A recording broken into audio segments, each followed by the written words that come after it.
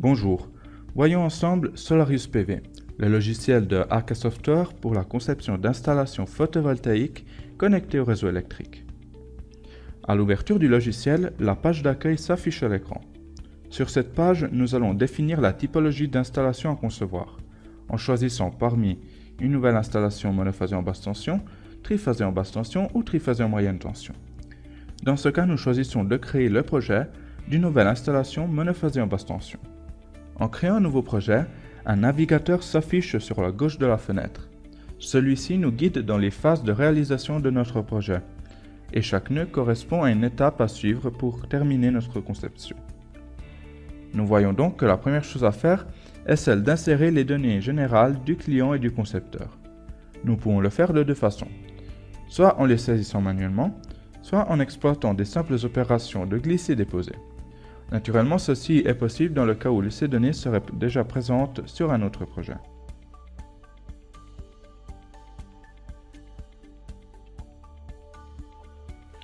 Une fois que nous avons saisi les données générales, nous devons procéder en définissant le rayonnement moyen horaire en fonction de la zone où sera positionnée notre installation.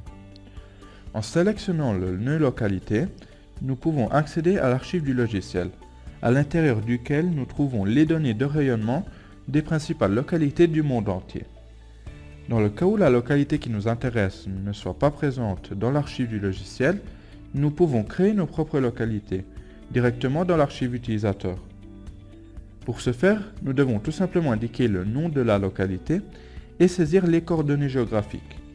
Opération que nous pouvons faire soit manuellement, soit en exploitant directement les données de Google Maps.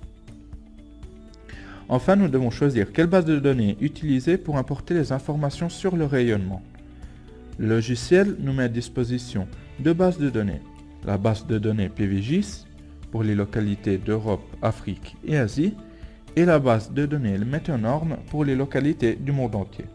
Une fois que nous avons obtenu les données de rayonnement, il est possible de voir plus en détail les valeurs moyennes horaires pendant les différents mois. Confirmons donc le choix de notre localité et continuons avec la conception de notre installation, en accédant à la section Ombrage depuis les onglets disponibles en bas à gauche de la fenêtre. Dans cette section, nous allons donc définir le coefficient d'ombrage. Pour ce faire, nous avons deux possibilités, le saisir manuellement ou le calculer grâce au moteur de calcul du logiciel. Dans le premier cas, un message nous informera qu'il ne sera pas possible de définir la meilleure exposition des modules, du moment que nous ne tiendrons pas compte des pertes de rayonnement. Dans le deuxième cas, en exploitant donc le moteur de calcul du logiciel, nous tiendrons compte des pertes de rayonnement dues aux obstacles à l'horizon. Pour pouvoir exploiter le moteur de calcul du logiciel, nous devons tout d'abord effectuer un relevé sur le site de l'installation. Plus précisément, en donnant le dos à l'endroit où nous positionnerons les modules, nous devons faire des photos à 360 degrés des alentours et prendre deux références horizontales, les points cardinaux, et deux références verticales, l'angle tilt. Cet angle nous permet de définir la hauteur à laquelle nous nous trouvons par rapport à un élément à l'horizon. Il nous suffira donc d'importer dans le logiciel le relevé photographique à 360 degrés que nous avons pris sur le site de l'installation et de recréer notre vue à l'horizon. Une fonctionnalité de transparence qui s'active en déplaçant les images les unes sur les autres nous aide à reconstruire notre panorama. Une fois reconstruit correctement le panorama, il est nécessaire d'adapter le diagramme solaire. Nous devrons donc identifier sur l'image les deux points de référence verticaux qui indiquent l'angle tilt et les deux points de référence horizontaux, le sud et l'est par exemple.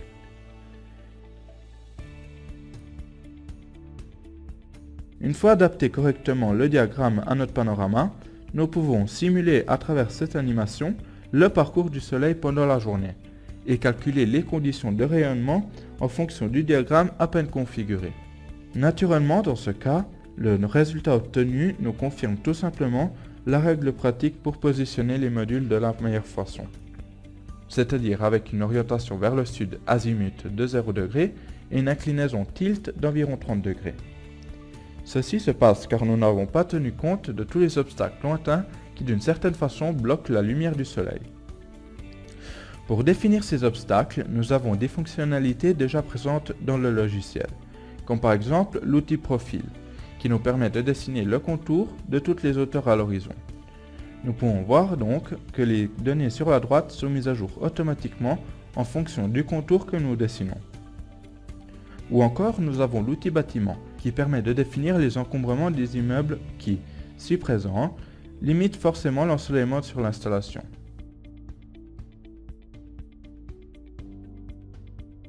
Ou enfin, nous avons l'outil végétation qui fonctionne de la même façon de l'outil bâtiment, mais qui nous permet de définir l'espace occupé par les plantes. Pour la végétation, nous avons aussi la possibilité de définir les ombres saisonnières en pourcentage mois par mois, depuis le tableau qui s'affiche sur la droite. En simulant encore une fois l'animation du parcours du soleil, nous pouvons voir que celui-ci s'assombrit quand il passe derrière un obstacle, ce qui nous fait tout de suite comprendre que le logiciel maintenant reconnaît et tient compte aussi des pertes de lumière dues à ces obstacles. Une fois donc définis tous ces obstacles, en relançant à nouveau le calcul des conditions de rayonnement, nous pouvons constater que le logiciel nous indique cette fois un positionnement bien différent par rapport à la simple règle technique. Mais cette fois, nous tenons compte aussi de la position effective de notre installation. En sélectionnant pour terminer la section réflectance, nous avons aussi la possibilité de définir ce coefficient. Coefficient qui nous permet de tenir compte de l'apport d'énergie obtenu par la lumière réfléchie par tout ce qui se trouve autour de notre installation.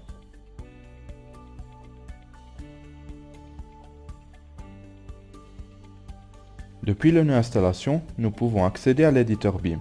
Dans cet environnement, nous disposons de différents outils pour modéliser notre installation. Nous avons des outils pour concevoir les composants de l'installation,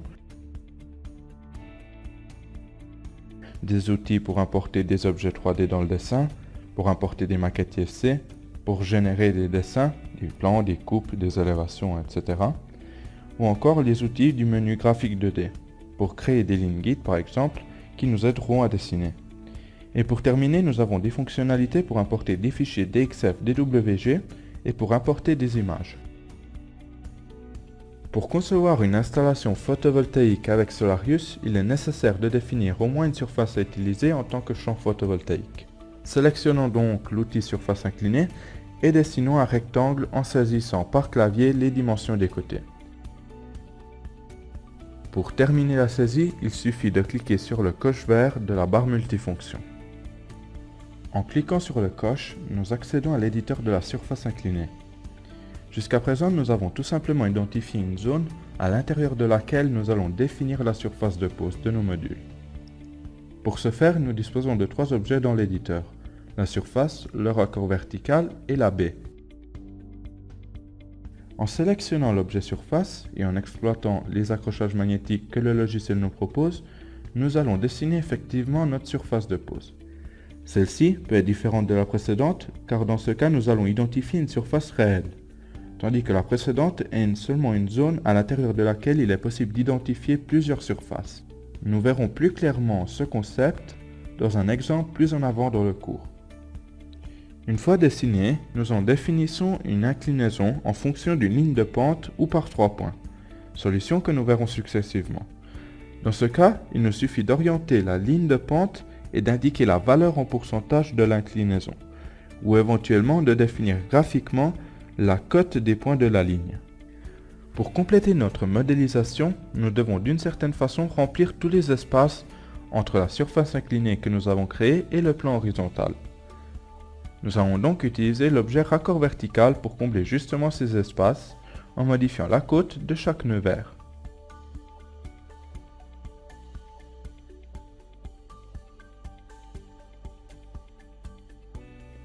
Une fois terminé, nous pouvons cliquer sur le coche vert pour retourner dans l'environnement principal de l'éditeur BIM. Depuis la barre multifonction, nous avons aussi la possibilité d'affecter des matériaux aux objets que nous avons créés, afin de mieux les distinguer aussi lors de la production des dessins. Continuons plutôt la conception de notre installation en sélectionnant cette fois l'outil champ photovoltaïque, car à présent nous avons à disposition une surface que nous pouvons identifier comme champ photovoltaïque pour positionner nos modules. En nous positionnant avec la souris sur une surface, nous voyons que celle-ci est mise en évidence. En y cliquant dessus, nous accédons à l'éditeur du champ photovoltaïque, à l'intérieur duquel nous pouvons personnaliser la surface que nous souhaitons utiliser pour positionner les modules. Nous pouvons par exemple, en faisant clic droit, ajouter un nœud sur un côté et ensuite le déplacer pour créer des formes particulières. Ou depuis le menu modifié de la barre multifonction, nous pouvons transformer une ligne en arc et en modifier avec la souris la position et l'ouverture. Ou encore, nous pouvons choisir de reconnaître automatiquement la surface disponible en sélectionnant l'option Ajuster. Nous avons aussi la possibilité de définir un décalage par rapport à la surface que nous avons identifiée.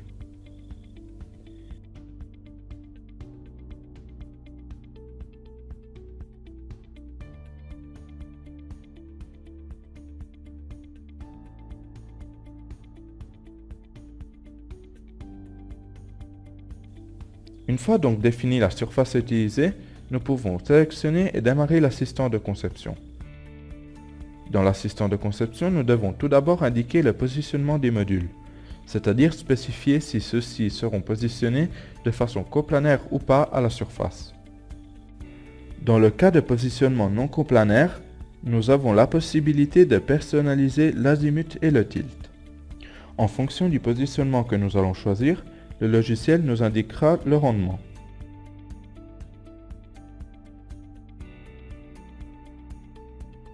En alternative, nous avons la possibilité de définir une structure de support fixe ou avec des axes libres. Le passage successif est celui de sélectionner les modules à utiliser. Pour choisir les modules, et donc permettre au logiciel de comprendre quelle typologie de modules nous proposer, nous devons tout d'abord définir des critères de conception. Premièrement, nous devons définir si nous souhaitons concevoir une installation à puissance ou énergie maximale en fonction du champ photovoltaïque que nous avons défini. C'est-à-dire exploiter le maximum de surface disponible pour positionner le plus grand nombre de modules, et par conséquent obtenir la puissance maximale. Ou si plutôt nous souhaitons définir une puissance ou une énergie spécifique. Dans ce cas, le logiciel nous proposera le nombre minimum de modules à positionner sur la surface pour satisfaire notre exigence. Encore, si la disposition des modules doit être verticale ou horizontale, ou si l'on souhaite définir automatiquement ou manuellement une distance entre les rangées. Ensuite, nous allons choisir l'archive à l'intérieur de laquelle sélectionner nos modules. Archive du logiciel, archive dans laquelle nous retrouvons tous les modules mis à disposition dans la base de données de Solarius et qui est mise à jour périodiquement avec le logiciel. Archive utilisateur dans laquelle tous les modules que nous avons ajoutés seront présents. Ou encore archive document dans laquelle tous les modules déjà utilisés pour ce projet sont présents. Nous avons aussi la possibilité d'activer des filtres pour nous simplifier le choix du module. En indiquant un critère de puissance par exemple, si nous cherchons des modules avec une puissance spécifique, nous allons indiquer comme critère puissance égale à 300.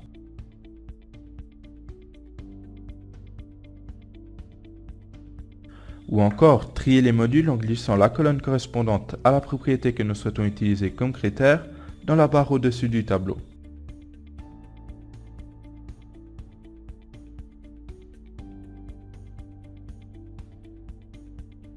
Choisissons donc le module à utiliser et automatiquement, en fonction du critère de conception que nous avons indiqué, le logiciel nous calculera le nombre de modules nécessaires. Imaginons par exemple d'avoir choisi de concevoir une installation avec puissance spécifique de 3 kW.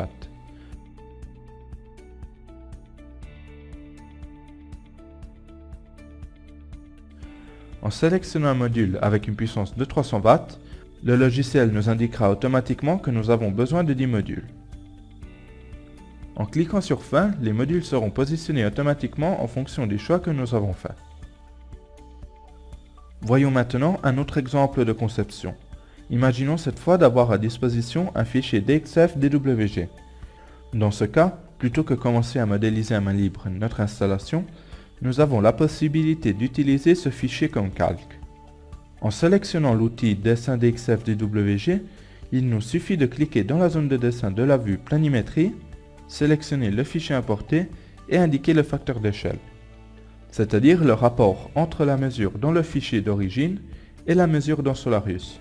Et en quelques secondes, le dessin est importé. La première chose à faire est toujours celle de dessiner la surface à utiliser comme champ photovoltaïque, en procédant de la même façon que nous avons vu dans l'exemple précédent. Mais dans ce cas, du moment que nous avons importé notre dessin DXF-DWG, nous avons la possibilité d'exploiter aussi les accrochages magnétiques que le logiciel nous propose directement sur le dessin. Dans l'éditeur de la surface inclinée, créons donc notre surface et donnons-y une inclinaison. Cette fois, nous allons choisir de l'identifier par 3 points et non par une ligne de pente. Même dans ce cas, nous avons la possibilité de gérer la cote des 3 points, soit manuellement en saisissant la cote par clavier, ou directement dans la vue 3D à l'aide de la souris. Complétons encore une fois notre modélisation à l'aide de l'outil raccord vertical, en créant le raccord et en modifiant la cote de chaque point.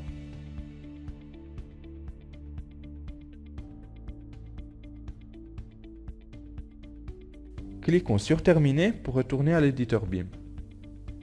Dans cet exemple, nous allons envisager aussi la présence d'un obstacle proche. Pour en tenir compte, nous allons utiliser l'outil encombrement. Comme pour la surface inclinée, il suffit d'en définir le périmètre. Mais cette fois, nous devrons considérer aussi la hauteur de l'obstacle. Hauteur que nous pouvons modifier manuellement directement depuis la vue 3D. Pourquoi est-il important de tenir compte de ces obstacles ? De cette façon, nous ajoutons une autre information de laquelle le logiciel devra tenir compte, notamment les ombres projetées par cet obstacle. Donc, dans la phase de calcul, le logiciel tiendra compte aussi d'éventuelles pertes d'énergie dues justement à ces obstacles. À travers l'outil champ photovoltaïque, comme nous avons déjà vu précédemment, insérons donc les modules en indiquant positionnement et critères de conception, en exploitant les filtres de sélection.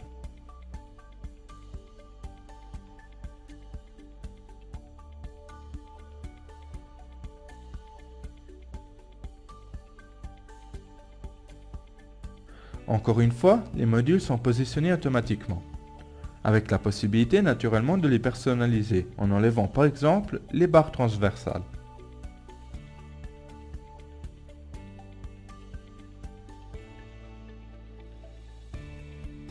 Jusqu'à présent, nous avons vu comment modéliser une surface et un obstacle proche. Voyons maintenant comment concevoir l'installation en utilisant toujours un fichier DXF-DWG comme base, mais cette fois en dessinant l'ensemble du bâtiment. En suivant la même procédure, toujours à l'aide de l'outil Dessin DXF-DWG, sélectionnons le fichier importé et positionnons-le. À l'aide de l'outil encombrement et des accrochages magnétiques sur le DXF-DWG, recréons le volume occupé par notre bâtiment et par la cheminée. Toujours de la même façon, directement depuis la vue 3D, utilisons l'outil surface inclinée pour identifier la surface totale, à l'intérieur de laquelle insérer les surfaces réelles qui nous intéressent. Ensuite, dans l'éditeur de la surface inclinée, nous modélisons les différents pans, toujours en nous aidant avec le dessin DXF-DWG.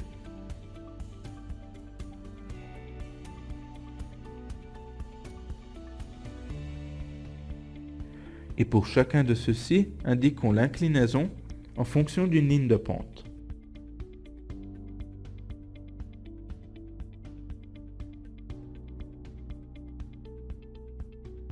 Complétons toujours notre modélisation à l'aide de l'outil raccord vertical. Et dans ce cas, affectons des matériaux aux différents éléments du bâtiment pour mieux les reconnaître. Pour terminer, une fois sélectionné la surface sur laquelle positionner nos modules, nous démarrons encore une fois l'assistant de conception.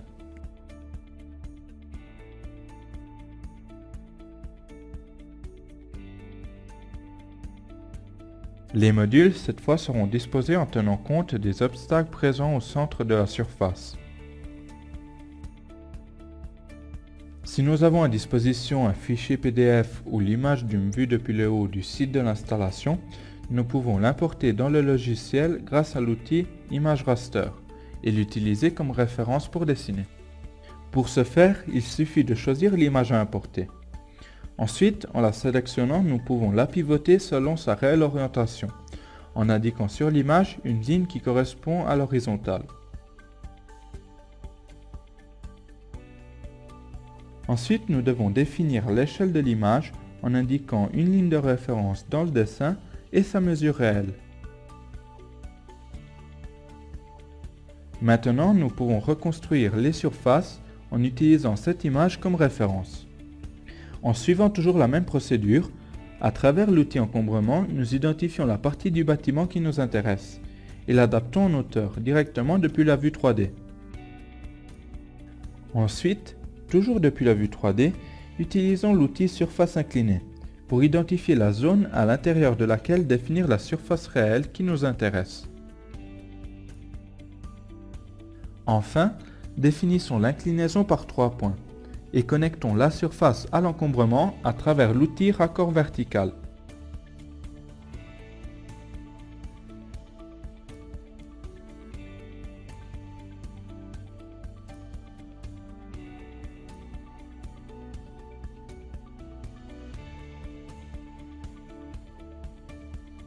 Toujours de la même façon, affectons des matériaux aux éléments à peine créés. Et enfin, à travers l'outil champ photovoltaïque, indiquons les modules à utiliser dans notre installation.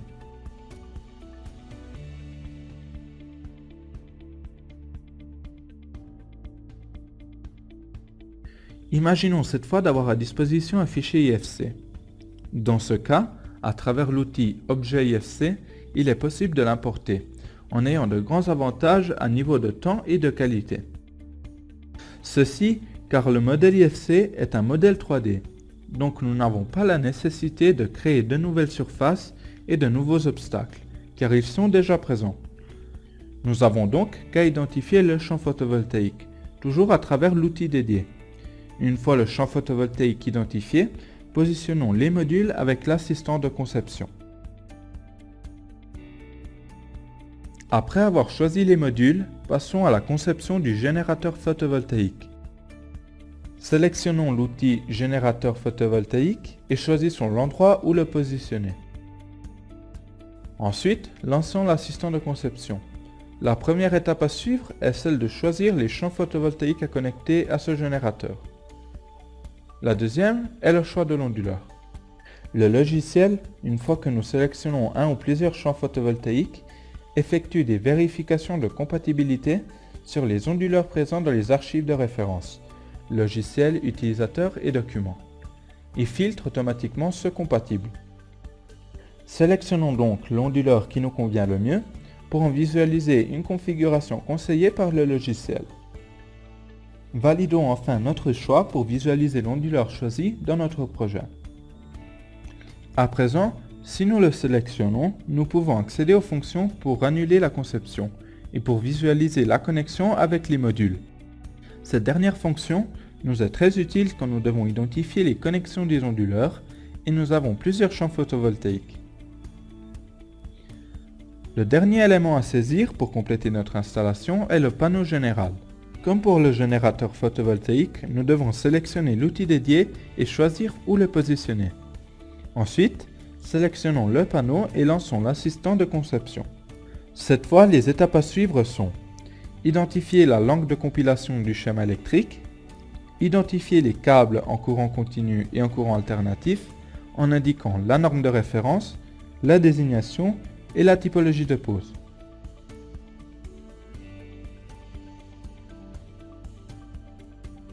Ensuite, nous devons définir les protections en courant continu et en courant alternatif, c'est-à-dire la typologie de dispositif de protection et sa désignation, soit pour la partie en sortie que pour la partie en entrée, et identifier d'éventuels éléments supplémentaires comme fusibles, diodes et SPD. Une fois que nous avons choisi aussi les protections, cliquons sur Fin. Le logiciel nous crée automatiquement une structure en arborescence avec les éléments électriques configurés selon nos choix. Nous pouvons sélectionner chacun de ces éléments pour les paramétrer ultérieurement, par exemple en dimensionnant les câbles.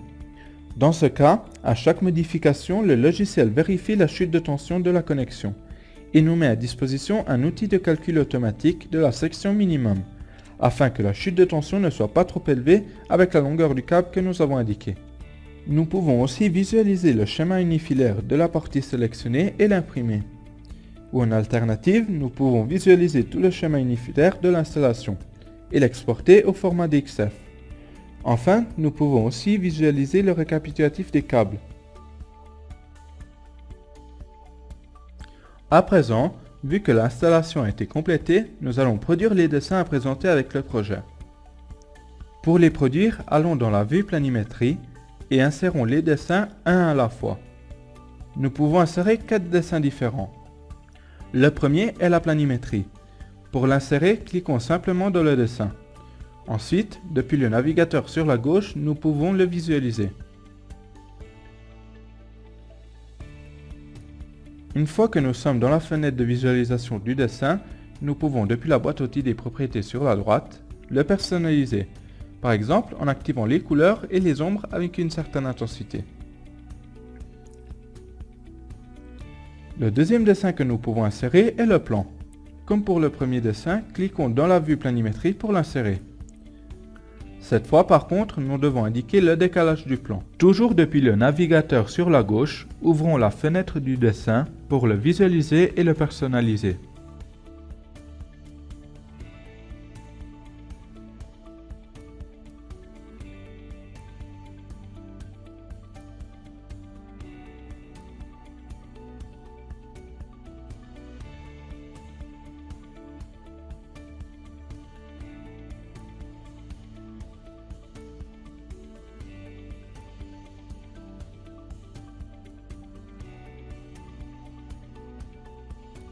Le troisième dessin que nous pouvons produire est la coupe.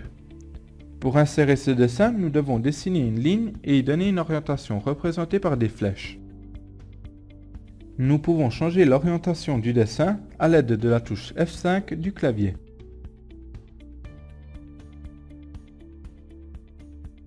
Le quatrième dessin que nous pouvons produire est l'élévation. Pour l'insérer, dessinons des lignes comme celles utilisées pour les coupes.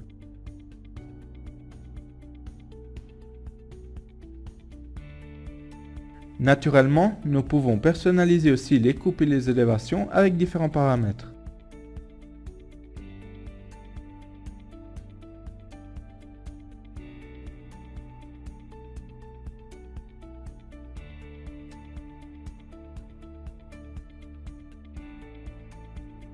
Nous pouvons aussi, sur tous les dessins, insérer différents éléments.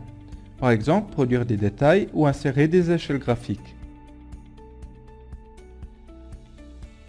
Une fois que nous avons créé et personnalisé les dessins, nous allons rédiger un plan d'exécution.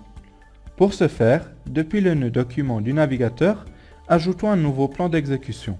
Une fenêtre s'ouvre où nous définissons le format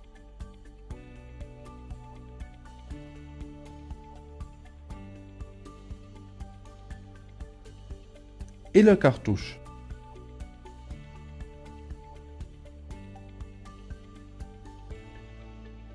Enfin, à travers des opérations de glisser-déposer, insérons les dessins créés précédemment, en modifiant l'échelle en cas de nécessité.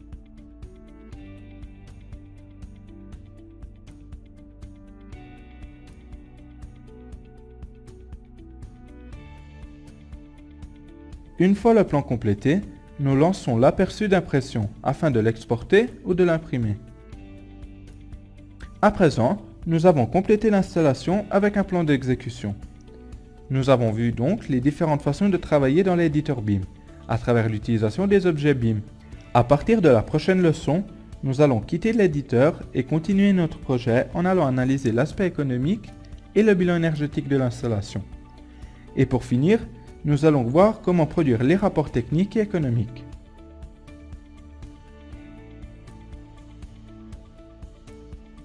Dans le nœud Maîtrise Estimation, nous pouvons estimer les coûts de notre installation.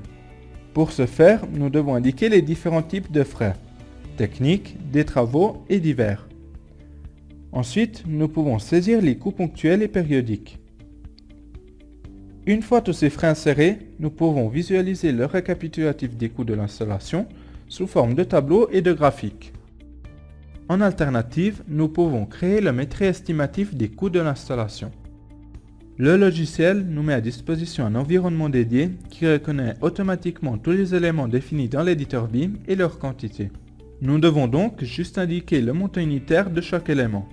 Et à chaque saisie, le montant total est mis à jour automatiquement. Une fois le métré complet, nous pouvons choisir de l'imprimer ou de l'exporter.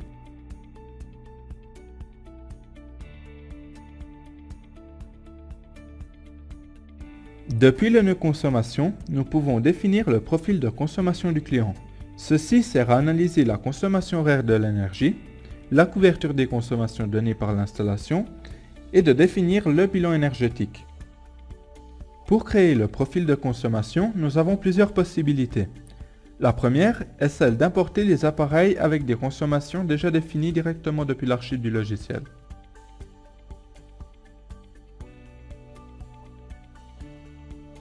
Naturellement, nous pouvons en personnaliser les consommations en les dupliquant dans l'archive utilisateur. Plus précisément, nous pouvons modifier le nombre d'appareils, l'unité de mesure, la puissance et la période d'utilisation. La deuxième possibilité est celle de créer depuis zéro les appareils. Pour ce faire, il suffit d'ajouter un nouvel appareil depuis la fonction dédiée, de saisir le nom de l'appareil et de définir les consommations en modifiant les propriétés. Par exemple, indiquons que cet appareil est utilisé qu'en automne, plus précisément que pendant les jours ouvrables, et avec des tranches de consommation horaire spécifiques.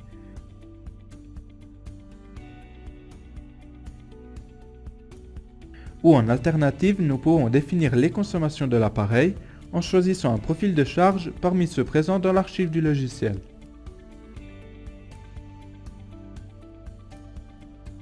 Une troisième possibilité est celle d'identifier les consommations par plage horaire, à partir d'une facture de l'électricité de référence. Pour ce faire, indiquons le type, si monohoraire, bihoraire ou trihoraire, le mois de référence et les crêtes de consommation. Une ultérieure possibilité est celle d'importer directement un profil de consommation depuis l'archive présente dans le logiciel. Un profil de consommation contient déjà toute une série d'appareils avec des consommations bien définies. L'archive du logiciel nous met déjà à disposition différents profils de consommation. Naturellement, il est possible d'apporter dans cette archive des profils que nous avons créés pour les utiliser dans d'autres projets. Pour importer un profil de consommation, nous devons tout simplement faire un glisser-déposer de la fenêtre de l'archive à celle d'une consommation. Tous les appareils du profil sont donc importés. Une fois la consommation d'énergie définie, nous obtenons des tableaux et des graphiques, que nous pouvons même personnaliser, relatifs à la consommation horaire, à la couverture des consommations et au bilan énergétique.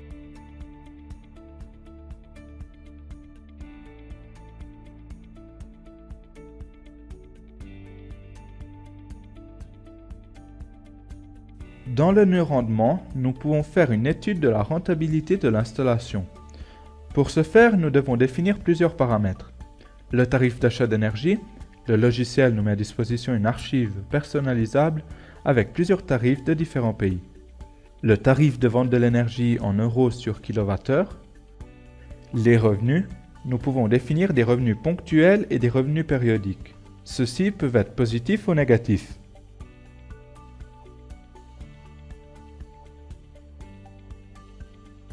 L'accès à un financement, prêt ou leasing.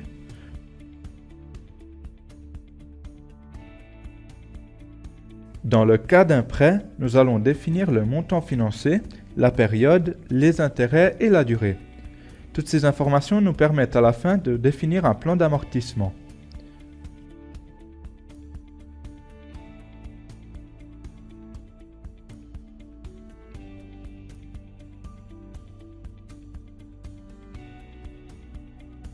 Dans le cas d'un leasing, nous allons définir le coût du bien, la durée, le frais initial et le remboursement final.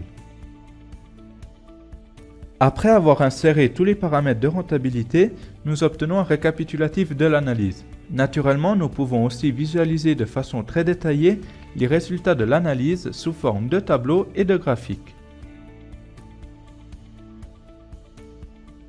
Depuis le nœud émissions, nous pouvons définir les émissions de gaz à effet de serre évitées grâce à notre installation. Pour ce faire, nous devons tout simplement définir les facteurs d'émission en indiquant la source des données.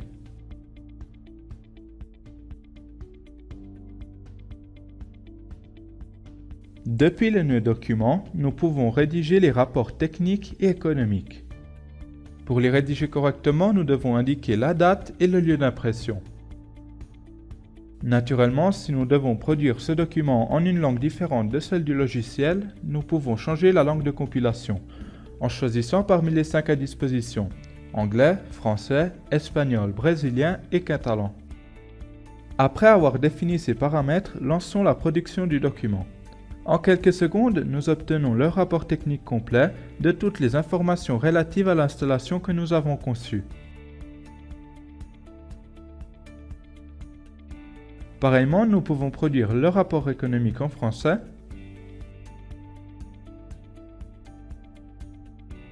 ou en langue.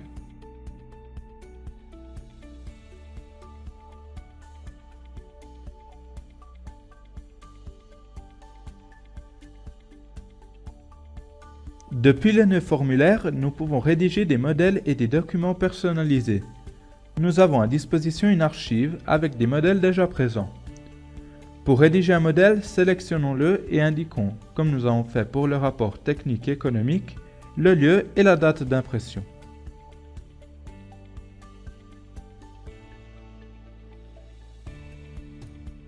Pour rédiger des documents personnalisés, nous pouvons soit les créer depuis zéro, soit par exemple modifier un document existant. Prenons dans ce cas le rapport technique. Copions-le dans l'archive utilisateur pour le rendre éditable et commençons à modifier le texte, les couleurs, etc. Mais chose plus importante, insérons des variables du logiciel. Depuis une fenêtre dédiée, nous devons tout simplement cliquer sur la variable souhaitée pour qu'elle soit insérée.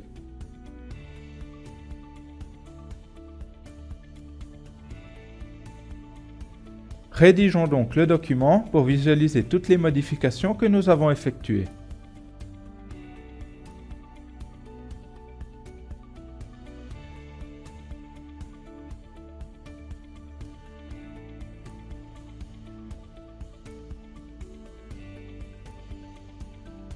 Depuis le nœud schéma électrique de la structure en arborescence à gauche, nous pouvons modifier le système électrique conçu dans l'éditeur BIM, sans devoir y accéder à nouveau. Donc, il est toujours possible de changer la langue de composition, la pose des câbles, la norme de référence, la longueur et la section, en ayant toujours des vérifications sur la chute de tension.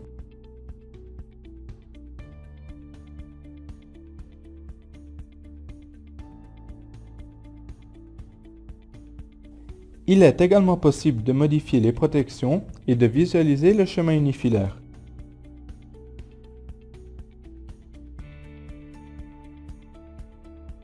Voyons comment optimiser notre installation avec un système de stockage.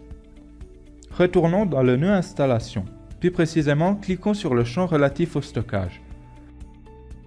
Pour insérer un système de stockage, nous devons tout d'abord en indiquer la typologie, c'est-à-dire si le stockage est positionné dans la partie production ou post-production de l'installation, et s'il est monodirectionnel ou bidirectionnel, en courant continu ou en courant alternatif. Sélectionnons par exemple côté production, monodirectionnel en courant continu. En étant lié à la phase de production, nous devons nous déplacer sur le générateur pour pouvoir l'insérer. Indiquons donc que ce générateur est connecté à un système de stockage. Et indiquons-en le type, si batterie ou stockage. Lançons ensuite l'assistant de conception. Comme nous avons vu avec les assistants de conception dans l'éditeur BIM, nous devons définir tout d'abord des critères de conception. Dans ce cas, nous devons indiquer les capacités de stockage utiles minimum et maximum. Lançons la recherche à l'intérieur des 3 archives du logiciel des systèmes de stockage qui satisfait nos critères. Sélectionnons enfin l'élément que nous souhaitons utiliser et validons notre choix.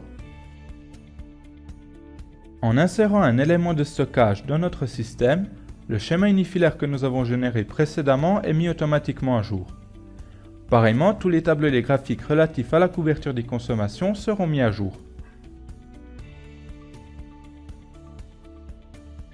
Voyons à présent que se passe-t-il si nous insérons le système de stockage du côté post-production. Cette fois, nous devons le concevoir directement depuis le nœud Installation, et quand nous complétons l'insertion, nous le trouvons cette fois dans la partie finale du schéma unifilaire.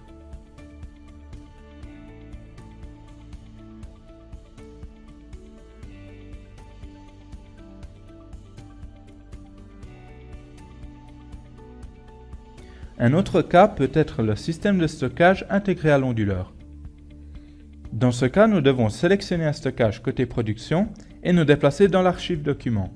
Ici, nous devons sélectionner l'onduleur utilisé dans l'installation et insérer la batterie intégrée directement dans la fiche technique.